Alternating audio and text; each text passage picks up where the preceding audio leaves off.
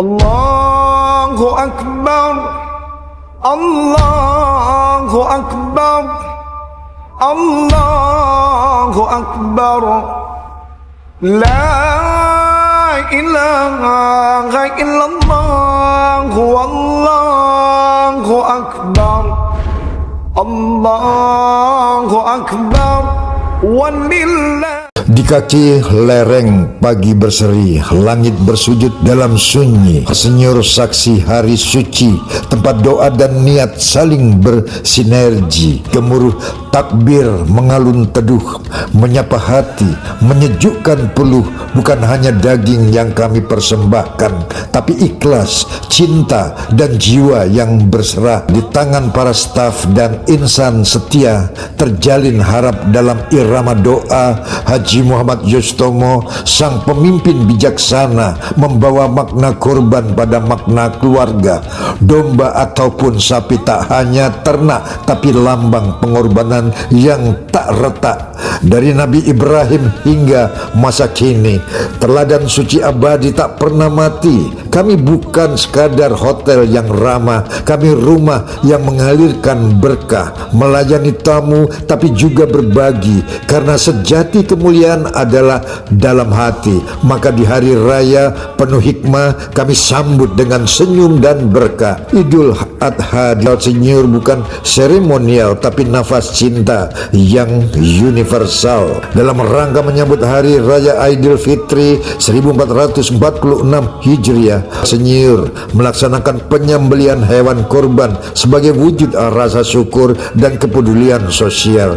Kegiatan ini merupakan persembahan dari Haji Muhammad Yostomo atas nama seluruh staf dan karyawan senyur. Semoga hikmah Idul Adha senantiasa menginspirasi kita untuk berbagi, menumbuhkan kepedulian, serta mempererat tali silaturahmi antar sesama. Meneladani keikhlasan dan kepedulian sosial, penyembelihan hewan kurban yang dilaksanakan di area hotel bukan sekadar rutinitas tahunan, melainkan bentuk nyata keteladanan dalam berbagi dan mendekatkan diri kepada Allah Subhanahu wa Ta'ala. Melalui kurban yang dipersembahkan oleh Haji Muhammad Yostomo atas nama seluruh staf dan karyawan, semangat gotong royong dan kepedulian terhadap sesama terus dijaga dan dirawat.